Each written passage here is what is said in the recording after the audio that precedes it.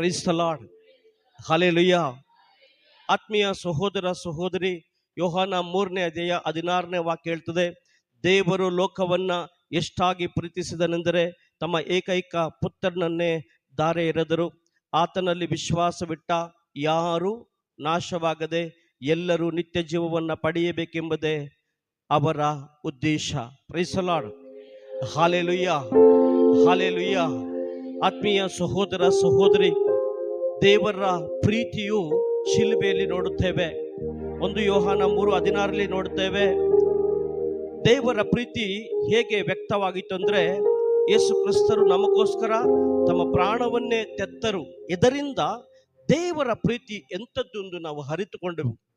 ಯಾವಾಗ ದೇವರ ಪ್ರೀತಿಯನ್ನು ಅರಿತು ಅಂದರೆ, ನನಗಾಗಿ ಯೇಸು ಕ್ರಿಸ್ತರು ಪಾಪ ಸ್ವರೂಪಿಯಾದರು. ಅವರು ದೈವ ಸ್ವರೂಪಿಯಾಗಿದ್ದರೂ ಕೂಡ ನನ್ನ ರಕ್ಷಣೆಗಾಗಿ ನನ್ನ ಸ್ವರೂಪವನ್ನು ಧರಿಸಿಕೊಂಡು ನನ್ನ ಪಾಪವನ್ನು ಹೊತ್ತು ತೀರಿಸಿದರು. 1 ಯೋಹಾನ 3:16 ಹೇಳ್ತದೆ, ಹೀಗೆ ಯೇಸು ಕ್ರಿಸ್ತನ ಪ್ರೀತಿ ಶಿಲುಬೆಯಲ್ಲಿ ವ್ಯಕ್ತವಾಯಿತು. Hallelujah, hallelujah, hallelujah, hallelujah. ಹಾಗಾಗಿ ಪ್ರಿಯರೇ, ಯೇಸು ಕ್ರಿಸ್ತನ ಪ್ರೀತಿಯ ಸಂಕೇತ ಶಿಲುಬೆ. ಯೇಸು ಕ್ರಿಸ್ತನ ಪ್ರೀತಿಯ ಸಂಕೇತ ಶಿಲುಬೆ. ಒಂದು ಉದ್ದದ ಮರ, ಒಂದು ಅಡ್ಡದ ಮರ.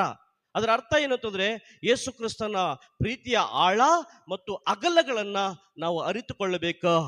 ಯೇಸು ಕ್ರಿಸ್ತರು ಯಾಕೆ ಶಿಲುಬೆಯಲ್ಲಿ ತೂಗಿ ನಿಂತರು, ಯಾಕೆ ಶಿಲುಬೆಯಲ್ಲಿ ಸತ್ತರು ಎಂದರೆ, ಯೇಸು ಕ್ರಿಸ್ತನ ಪ್ರೀತಿ ಎಷ್ಟರ ಮಟ್ಟಿಗೆ ನಮ್ಮ ಮೇಲಿತ್ತು ಅಂದ್ರೆ, ಅಂತ ಪೌಲ ಎಫೆಸರಿಗೆ ಬರೆದ ಪತ್ರಿಕೆ 3ನೇ ಅಧ್ಯಾಯದಲ್ಲಿ 18ನೇ ವಾಕ್ಯ ಹೇಳ್ತದೆ, ದೇವ ಜನರೆಲ್ಲರೊಡನೆ ಕ್ರಿಸ್ತ ಯೇಸುವಿನ ಅಗಾಧ ಪ್ರೀತಿಯ ಉದ್ದ ಅಗಲ ಆಳ ಎತ್ತರ ಎಷ್ಟೆಂಬುದನ್ನ ನೀವು ಗ್ರಹಿಸಿಕೊಳ್ಳುವಂತಾಗಲಿ.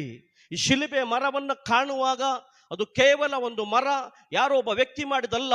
ಅದನ್ನು ಕಾಣುವಾಗ ಯೇಸು ಕ್ರಿಸ್ತನ ಪ್ರೀತಿ ನನ್ನ ಮೇಲೆ ಎಷ್ಟು ಆಳವಾಗಿ ಅಗಾಧವಾಗಿತ್ತು ಎಂಬುದನ್ನು ನಾವು ಗ್ರಹಿಸಬೇಕು. ಅದೇ ಸತ್ಯ.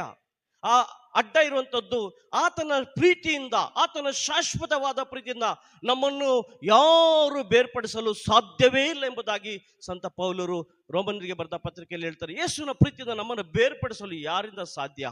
ಹಾಗಾಗಿ ಶಿಲುಬೆ ಅಂತಂದ್ರೆ ಯೇಸು ಕ್ರಿಸ್ತನ ಪ್ರೀತಿಯ ಚಿಹ್ನೆ, ನಮ್ಮ ಮೇಲಿರುವ ಪ್ರೀತಿಯಾಗಿದೆ. ಹಲ್ಲೆಲೂಯಾ.